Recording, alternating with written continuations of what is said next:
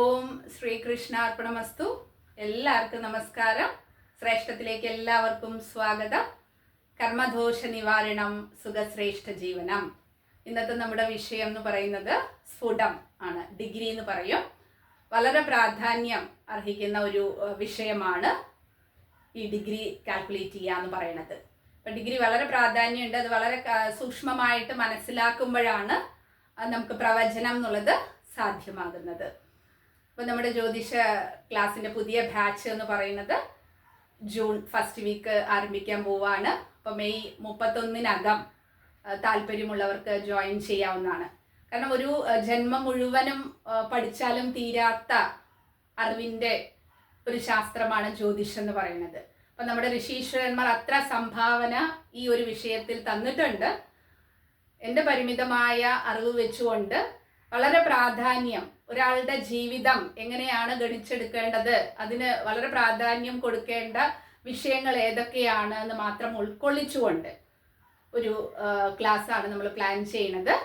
അപ്പോൾ ജ്യോതിഷ ശാസ്ത്രം ആത്മാർത്ഥമായിട്ട് പഠിക്കണം എന്ന് താല്പര്യമുള്ളവർ ആഴ്ചയിൽ 2 മണിക്കൂർ ഇതിനു വേണ്ടി മാറ്റിവെക്കുക.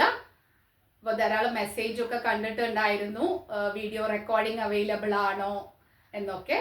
അപ്പോൾ തീർച്ചയായിട്ടും വീഡിയോ റെക്കോർഡിംഗ് അവൈലബിൾ അല്ല. കാരണം എൻ്റെ ഒരു കാഴ്ചപ്പാട് എന്ന് പറയുന്നത് ഡയറക്റ്റായിട്ട് നമ്മൾ കമ്മ്യൂണിക്കേറ്റ് ചെയ്യുമ്പോഴാണ്.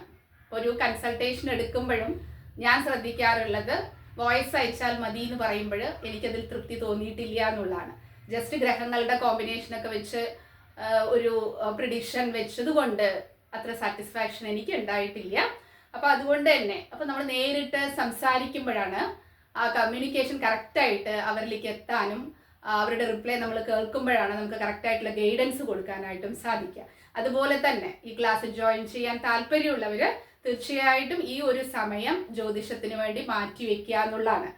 വേറെ ഹോംവർക്ക് ചെയ്യാൻ പറയുക അങ്ങനെയുള്ള കാര്യങ്ങളൊന്നുമില്ല. ആ 1 മണിക്കൂർ എന്ന് പറയുന്നത് എന്താണ് എന്നുള്ളത് വ്യക്തമായിട്ട് മനസ്സിലാക്കാനായിട്ട് ശ്രമിക്കുക. പല ക്ലാസ്സുകളിലും ജോയിൻ ചെയ്തിട്ടായിരിക്കും ചിലപ്പോൾ ഇതിൽ ജോയിൻ ചെയ്യുന്നുണ്ടാവുക. അപ്പോൾ ഞാൻ ഇവിടെ ഉദ്ദേശിക്കുന്നത് നമ്മുടെ യഥാർത്ഥമായിട്ടുള്ള ഈ ശാസ്ത്രം അത് പല രീതിയിൽ പലതുപോലെ അതിനെ സമർപ്പിച്ചിട്ടുണ്ടാവും. പക്ഷെ നമ്മുടെ അന്തസത്ത, ആ ഒരു ശാസ്ത്രത്തിൻ്റെ അന്തസത്ത ഒട്ടും കുറയാതെ തന്നെ എന്നാലാവും വിധം അത് നിങ്ങളിലേക്ക് എത്തിക്കുക എന്നുള്ളതാണ് എൻ്റെ ഉദ്യമം എന്ന് പറയുന്നത്. പിന്നെ ഈ അറിവ് എന്ന് പറയുന്ന കാര്യം എന്താണ്, എപ്പോഴും പകരുമ്പോഴാണ് കൂടുതലാവുക അല്ലേ.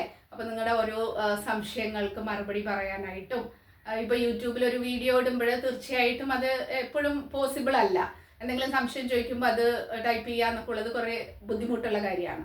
അതേസമയം നമ്മുടെ ഒരു ക്ലാസ് എന്ന് പറയുമ്പോൾ നിങ്ങൾ ഓരോരുത്തരുടെയും സംശയങ്ങൾ നിവാരണം ചെയ്തുകൊണ്ട് മാത്രമേ നമ്മൾ അടുത്ത ടോപ്പിക്കിലേക്ക് പോവുള്ളൂ എന്നുള്ളതാണ്. അപ്പം അങ്ങനെയൊക്കെ വളരെ സാവധാനമായിട്ടായിരിക്കും നമ്മുടെ ക്ലാസ് നടത്തേണ്ടത്. എല്ലാവരുടെയും ഇപ്പോൾ ജ്യോതിഷം ഒന്നും തന്നെ അറിയില്ലെങ്കിൽ പഠിക്കണം എന്നൊരാഗ്രഹം, എന്താണ് ഈ ശാസ്ത്രം എന്ന് മനസ്സിലാക്കാനുള്ള, നമ്മൾ എന്താണ് എന്നുള്ളത് മനസ്സിലാക്കാനുള്ള വേറൊരു ടൂൾ ഇല്ലല്ലോ ഇന്ന് ജ്യോതിഷല്ലാതെ. അപ്പോൾ ആ ഒരു രീതിയിൽ ഇതിനെ കാണുകയും ഒരു ആത്മസമർപ്പണം ഇതിലേക്ക് കൊണ്ടുവരികയും ചെയ്യുമ്പോൾ ഒരു ഫൗണ്ടേഷൻ ഇട്ട് തരാൻ, ജ്യോതിഷത്തിൽ ഒരു ഫൗണ്ടേഷൻ ഇട്ട് തരാനായിട്ടാണ് നമ്മുടെ ഈ കോഴ്സ് കൊണ്ട് ഉദ്ദേശിക്കുന്നത്. അപ്പം അത് നല്ല രീതിയിൽ ക്യാച്ച് ചെയ്ത് കഴിഞ്ഞാൽ തീർച്ചയായിട്ടും മനോഹരമായിട്ടുള്ളൊരു വീട് പണിയുക എന്നുള്ളത് നിങ്ങൾ ഓരോരുത്തരുടെയും കടമയാണ്, സാധിക്കും എന്നുള്ളതാണ്. പിന്നീട് നമുക്ക് ആ റിസർച്ച് പോലെയുള്ള കാര്യങ്ങളൊക്കെ മുന്നോട്ട് പോകുമ്പോൾ തീർച്ചയായിട്ടും നല്ല രീതിയിൽ ജ്യോതിഷ ശാസ്ത്രവുമായിട്ട് മുന്നോട്ട് പോകാനായിട്ട് സാധിക്കും. അപ്പം അതിൻ്റെ ഒരു ഫൗണ്ടേഷൻ ഇട്ട് തരിക എന്നുള്ളതാണ് നമ്മുടെ ഈ കോഴ്സിൻ്റെ മെയിനായിട്ടുള്ള ഉദ്ദേശം എന്ന് പറയുന്നത്. അപ്പോൾ അതിൽ വളരെ പ്രാധാന്യമായിട്ടുള്ള ഇവിടെ ഒരു ടോപ്പിക് എന്ന് പറയുന്നത് ഈ സ്ഫുടം കാൽക്കുലേറ്റ് ചെയ്യുക എന്നുള്ളതാണ്. അപ്പോൾ എന്താണ് സ്ഫുടം എന്ന് പറയുന്നത്? ഡിഗ്രി അല്ലേ. അപ്പോൾ ആ ഡിഗ്രി എന്ന് പറയുമ്പോൾ നമുക്ക് ഇന്ന് സോഫ്റ്റ്വെയർ അവൈലബിൾ ആണ് ആ ഡിഗ്രിയൊക്കെ മനസ്സിലാക്കാനായിട്ട്. അപ്പോൾ ഫോർ എക്സാമ്പിൾ വെറുതെ ഒന്ന് പറയുകയാണെങ്കിൽ ഒരാൾ ജനിക്കുക അല്ലേ, ജനിച്ചത് ഇടവം രാശിയിലാണെന്ന് വിചാരിക്കുക. അപ്പോൾ ഇടവം രാശിയിൽ ആരുണ്ടാവും? സൂര്യൻ ഉണ്ടാവും. രാന്ന് ഇവിടെ മാർക്ക് ചെയ്തിട്ടുണ്ടാവും നമ്മുടെ D1 ചാർട്ടിൽ അല്ലേ. അപ്പോൾ ഈ ഇടവം രാശിയിൽ 10 ഡേറ്റ്, ഒരു ഇടവം രാശി 10-ാം തീയതിയിലാണ് ഒരു കുഞ്ഞ് ജനിച്ചിരിക്കണമെന്ന് വിചാരിക്കുക. അപ്പോൾ ഒരു സൂര്യൻ്റെ യാത്ര എന്ന് പറയുന്നത് ഒരു രാശിയിൽ 30 ദിവസമാണ്. അപ്പോൾ ഓരോ ദിവസവും 1 ഡിഗ്രിയാണ് സൂര്യൻ കവർ ചെയ്യുന്നത്. അപ്പോൾ എത്ര ഡിഗ്രി കവർ ചെയ്തിട്ടുണ്ടാവും?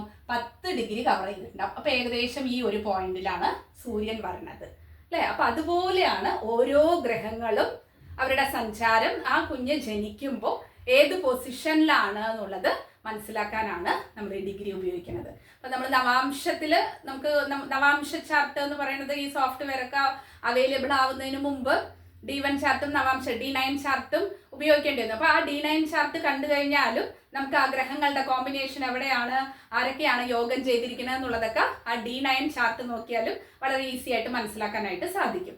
അപ്പൊ ഇതാണ് ഡിഗ്രി എന്ന് പറയുന്നത്. ഇനി ഈ ഡിഗ്രി എന്ന് പറയണതിൽ എന്താണ്, ഇതുപോലെ എല്ലാ ഗ്രഹങ്ങളുടെയും ഡിഗ്രി എന്താണെന്ന് മനസ്സിലാക്കണം. അപ്പൊ അതില് പ്രധാനമായിട്ട് ശ്രദ്ധിക്കേണ്ട എന്താന്ന് വെച്ചാല്, ഇപ്പൊ ഇവിടെ ഒരു എക്സാമ്പിൾ പറയണം. ഇവിടെ ശനി ഉണ്ട്, ഗുരു ഉണ്ട് എന്ന് വിചാരിക്കുക. ഈ രണ്ടെണ്ണം മേടം രാശിയിലുണ്ട് എന്ന് വിചാരിക്കുക. അപ്പൊ ഡിഗ്രിയുടെ പ്രാധാന്യം എന്താണെന്ന് മനസ്സിലാക്കാം. അപ്പൊ ഇത് ശനി എന്ന് പറയണത് ഇവിടെ 15 ഡിഗ്രിയിലും ഗുരു എന്ന് പറയണത് 8 ഡിഗ്രിയിലാണെന്ന് വിചാരിക്കുക. അപ്പൊ എന്താണെന്ന് വെച്ചാൽ ശരിക്കും ആ കൺജങ്ഷൻ അവിടെ നടക്കുന്നുണ്ട് എന്നുള്ളതാണ് അല്ലെ. 15 ഡിഗ്രിയും 8 ഡിഗ്രി എന്ന് പറയുമ്പോൾ 7 ഡിഗ്രിയുടെ വ്യത്യാസമാണ് വരുന്നത്. അപ്പൊ 8 ഡിഗ്രിക്കുള്ളിലാണെങ്കിൽ നല്ല രീതിയിൽ യോഗം ചെയ്തിട്ടുണ്ട് എന്നുള്ളതാണ്. 12 ഡിഗ്രിക്കുള്ളിലാണെങ്കിൽ ഒരു മീഡിയം ഫലമാണ് ഉണ്ടാവുക. അതിന്റെ യോഗം കൊണ്ട്, യോഗം എന്നുള്ളത് പറയുമ്പോൾ എന്താണ്, ആ കൺജങ്ഷൻ എന്ന് മാത്രമേ നമ്മൾ എടുക്കാൻ പാടുള്ളൂ. നമുക്ക് സാധാരണയായിട്ട് സംസ്കൃത ഭാഷയുടെ അറിവില്ലായ്മ കൊണ്ട് ആ പഴയ ഓരോ ബുക്കൊക്കെ നമ്മൾ വായിക്കുമ്പോൾ നമുക്കൊക്കെ തെറ്റിപ്പോവാറുണ്ട്. യോഗം എന്ന് പറഞ്ഞാൽ എന്തോ ഒരു ഗുണഫലങ്ങൾ തരാനുള്ള ഒരു വേർഡാണ് എന്നൊക്കെ ആദ്യമായിട്ട് ജ്യോതിഷം പഠിക്കുന്നവർക്ക് തോന്നിയിട്ടുണ്ട്. എനിക്ക് ആ യോഗം ഉണ്ട്, ഈ യോഗം ഉണ്ടെന്നല്ലേ. അപ്പൊ യോഗം എന്നുള്ളതിന്റെ ആ വേർഡ്, അതിന്റെ എക്സാക്ട് മീനിങ് ഇത്രയേ ഉള്ളൂ. ആ രണ്ടുപേരും കൂടെ ചേർന്ന് നിൽക്കുന്നുണ്ട് എന്നുള്ളതാണ്, കൺജങ്ഷൻ നടക്കുന്നുണ്ട് എന്നുള്ളതാണ്. അപ്പൊ അങ്ങനെ ഓരോ വേർഡ് വൈസ് നമ്മൾ പഠിക്കുമ്പോഴാണ് നമുക്ക് അതിന്റെ അർത്ഥതലത്തിലേക്ക് നീങ്ങുമ്പോഴാണ് എന്താണ് ഉദ്ദേശിക്കുന്നത് എന്നുള്ളത്, ഋഷീശ്വരന്മാർ എന്താണ് അവിടെ ഉദ്ദേശിച്ചത് എന്നുള്ളത് വ്യക്തമായിട്ട് നമുക്ക് അറിയാനായിട്ട് സാധിക്കുള്ളൂ എന്നുള്ളതാണ്. അപ്പൊ ഇവിടെ 7 ഡിഗ്രിയുടെ വ്യത്യാസമായതുകൊണ്ട് കറക്റ്റായിട്ട് ശനിയും ഗുരു കൺജങ്ഷൻ ഇവിടെ നടക്കുന്നുണ്ട്. അപ്പോൾ അതിനുശേഷം പിന്നെ അശുഭഗ്രഹമാണോ പാപഗ്രഹമാണോ, അപ്പൊ ഗുരുവിന്റെ സ്വഭാവം എന്തായിരിക്കും എന്നുള്ളതൊക്കെ മനസ്സിലാക്കാനായിട്ട് ഈ ഡിഗ്രി കൊണ്ട് നമുക്ക് സാധിക്കാൻ പറ്റും. അതേസമയം 22 ഡിഗ്രിക്ക് വ്യത്യാസമാണെങ്കിൽ, 22 ഡിഗ്രി 12 ഡിഗ്രിക്ക് മേലെയാണെങ്കിൽ തന്നെ അതിന്റെ ഫലങ്ങൾ കുറച്ച് ആ യോഗത്തിന്റെ ഗുണമാണെങ്കിലും ദോഷമാണെങ്കിലും ഒരു വളരെ ലോ ലെവലില് ഒരു 25% മാത്രമേ അനുഭവയോഗ്യമാവുള്ളൂ എന്നുള്ളതാണ്.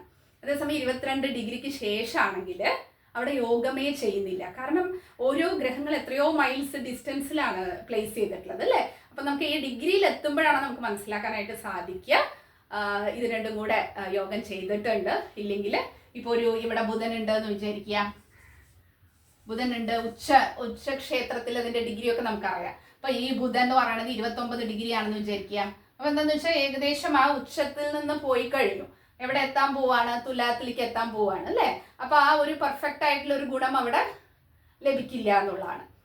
ഉണ്ട്, ബുധൻ എന്ന് പറയുന്നത് ഉണ്ട്, പക്ഷെ ഒരു 29 ഡിഗ്രി എന്നൊക്കെ പറയുമ്പോൾ അതിന്റെ അത്രയും ആ ഉച്ചക്ഷേത്രത്തിന്റെ ഗുണം ഒന്ന് ഡൗൺ ആവാനായിട്ട് തുടങ്ങുകയാണ്. അപ്പൊ 100% റിസൾട്ട് തരാനായിട്ട് അവിടെ ബുധനെ സാധിക്കില്ല. അപ്പൊ ഇങ്ങനെയൊക്കെ കുറേ കാര്യങ്ങൾ ഈ ഡിഗ്രി വെച്ചിട്ട് മനസ്സിലാക്കേണ്ടതുണ്ട് എന്നുള്ളതാണ്.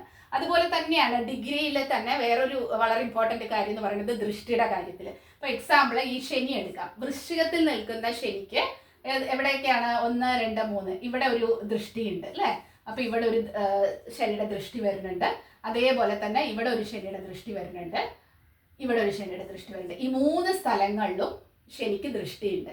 അപ്പൊ ഇവിടെയും ശ്രദ്ധിക്കേണ്ടത് ഈ ദൃഷ്ടി എന്ന് പറയുന്നത്, ഈ ശനി 13 ഡിഗ്രിയിലാണെങ്കിൽ ഇവിടെയുള്ള ദൃഷ്ടി എന്ന് പറയുന്നത് എന്താണ്, ഈ 13 ഡിഗ്രിയിൽ ഇവിടെ വേറെ ഏതെങ്കിലും ഗ്രഹങ്ങൾ പ്ലേസ് ചെയ്തിട്ടുണ്ടെങ്കിൽ എക്സാക്റ്റ് ആയിട്ട് 13 ഡിഗ്രിയിലാവുമ്പോൾ എന്ത് സംഭവിക്കുന്നു, ശനിയുടെ ദൃഷ്ടി കറക്റ്റ് ആയിട്ട്, ഇപ്പൊ ഇവിടെ ചന്ദ്രനാണെന്ന് വിചാരിക്കുക, ചന്ദ്രൻ ഇവിടെ 13 ഡിഗ്രിയിലുണ്ടെന്ന് വിചാരിക്കുക. അപ്പൊ എന്ത് സംഭവിക്കുന്നു, ശനി വൃശ്ചികത്തിൽ നിന്ന് ചന്ദ്രനെ നോക്കുന്ന ആ ദൃഷ്ടി എന്ന് പറയുന്നത് കറക്റ്റ് ആയിട്ട് പെർഫെക്റ്റ് ആയിട്ട് ചന്ദ്രനിലേക്ക് പതിക്കുന്നുണ്ട്. അപ്പോൾ ശനി എന്ന് പറയുന്നത് ഒരു പാപഗ്രഹമാണല്ലോ. അപ്പൊ ആ ഒരു പാപബന്ധം ആർക്ക് വന്നു, ചന്ദ്രന് വന്നു എന്നുള്ളതാണ്. അപ്പൊ ചന്ദ്രന്റെ ഗുണഫലങ്ങൾ അവിടെ ഇല്ലാതാവാണ്. അവിടെ ചന്ദ്രൻ എന്ന് പറയുന്നത് ഒന്നും തരാൻ കഴിയാത്ത അവസ്ഥയിലേക്ക് മാറണം. കാരണം ശനിയുടെ ദൃഷ്ടി, ഇവിടെ ശനിയുടെ പ്ലേസ്മെന്റ് വളരെ ഇമ്പോർട്ടൻ്റ് ആണ്. വൃശ്ചിക രാശി എന്ന് പറയുന്നത് ശനിക്ക് ഇഷ്ടമല്ലാത്ത സ്ഥലമാണ്. അപ്പൊ ആ ശനിയുടെ ദൃഷ്ടിക്ക് എന്ന് പറയുന്നത് പാപത്തുണ്ട്. അതുപോലെ തന്നെയാണ് ചിങ്ങം രാശിയിൽ നിന്ന് ശനി നോക്കുകയാണെങ്കിലും പാപത്തും കൂടുതലാണ്. അപ്പൊ അങ്ങനെയൊക്കെ നോക്കണമെങ്കിൽ നമുക്ക് ആ ഒരു ദൃഷ്ടി എത്രത്തോളം വർക്ക് ആവുന്നുണ്ട് എന്നുള്ളതൊക്കെ മനസ്സിലാക്കണം എന്നുണ്ടെങ്കിൽ ഈ ഡിഗ്രി എന്താണെന്നുള്ളത് വളരെ വ്യക്തമായിട്ട് മനസ്സിലാക്കേണ്ടതുണ്ട്. ഒരു വിധം മനസ്സിലാക്കാനൊക്കെ സാധിക്കുള്ളൂ. കാരണം ധാരാളം പ്രാക്ടീസ് ചെയ്യുന്നതിലൂടെ മാത്രമേ നമുക്ക് വ്യക്തമായിട്ടുള്ള ഒരു അറിവിലേക്ക് എത്താനായിട്ട് സാധിക്കുള്ളൂ. പുതിയൊരു വീഡിയോ കാണുന്നത് വരെ നന്ദി, നമസ്കാരം.